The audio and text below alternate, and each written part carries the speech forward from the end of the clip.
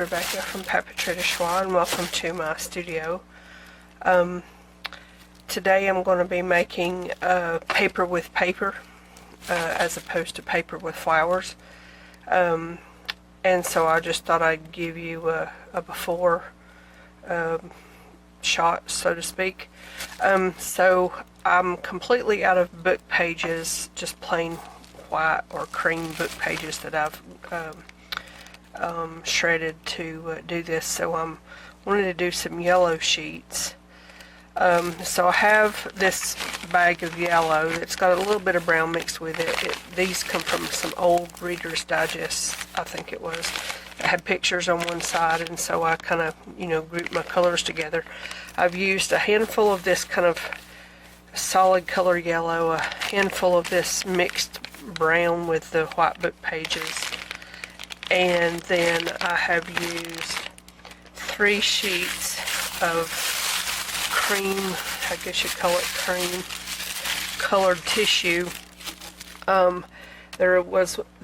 There's 3 sheets, or there was 3 sheets. I've got them ripped up in the picture ready to go, but there was 2 of these and 1 white one, but this is the color that I used.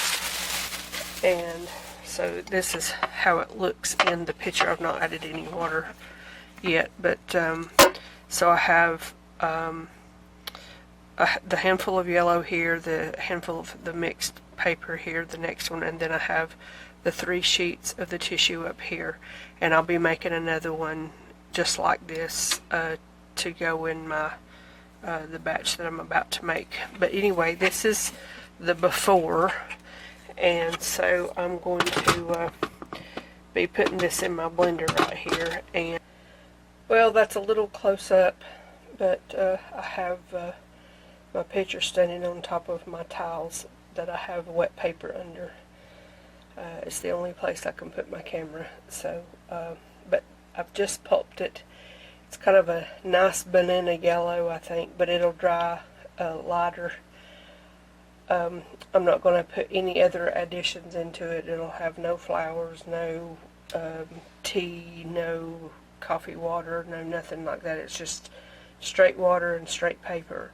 So here is the last piece of paper that I made in the 8x10 size. It's very wet. I took it out literally less than 5 minutes ago and patted it dry, so it's very, very wet. And I had this placemat over it to help soak up the water. I'm getting ready to put it in the stack underneath all of the tiles. I can lift this up gently and show you the one underneath. One thing that I had to do is the yellow that I made, the paper that you saw earlier, I didn't make quite enough to make the full batch that I wanted, because I want to make more sizes besides the 8x10. And so what I did is I had a book I had gutted a while back, and I put about a dozen, maybe 15 pages of a 6x9 book, just ripped them up, put them in my blender, and used water from the pulp I had already made and blended it up and added a few more book pages. And I'm thinking that's where these little black dots come from, must be pieces of the ink. Otherwise I have no idea, or it's pieces of book pages from the original yellow. But anyway, it's full of little tiny black pieces that I've not seen before. So it came out of one or the other, because I didn't put anything in this particular batch in the way of petals or seeds or anything like that. So it'll be interesting to see how it dries. It's going to be a lot lighter. It won't be as light, I don't think, as the yellow on this placemat, but it should be considerably lighter.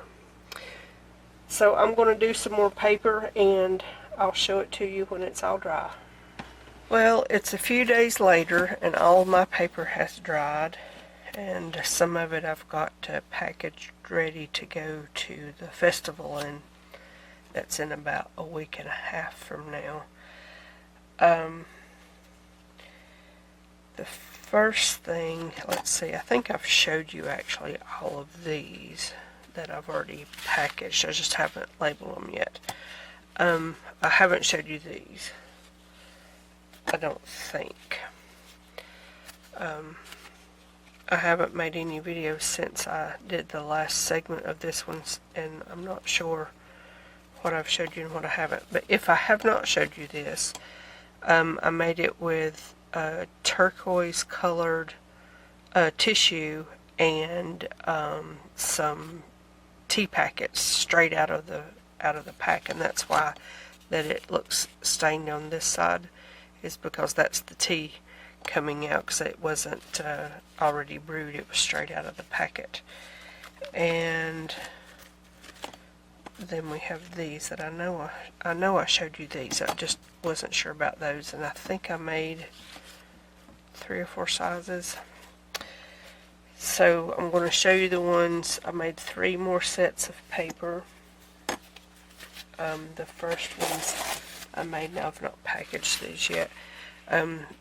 These I made from a whole pack of very pale pink napkins mixed with some white book pages, and I made these 9 by 12.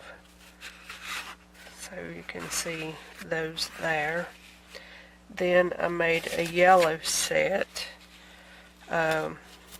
using, I think I showed you the yellow paper, and that I had mixed a little bit of white with it. White ripped up some book pages because I didn't have enough pulp for what I wanted to make.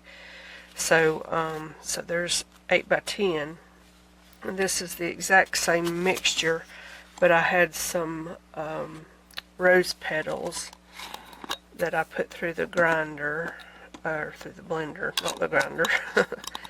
And so when I brought the paper up out of the water, I just sprinkled some rose petals on top.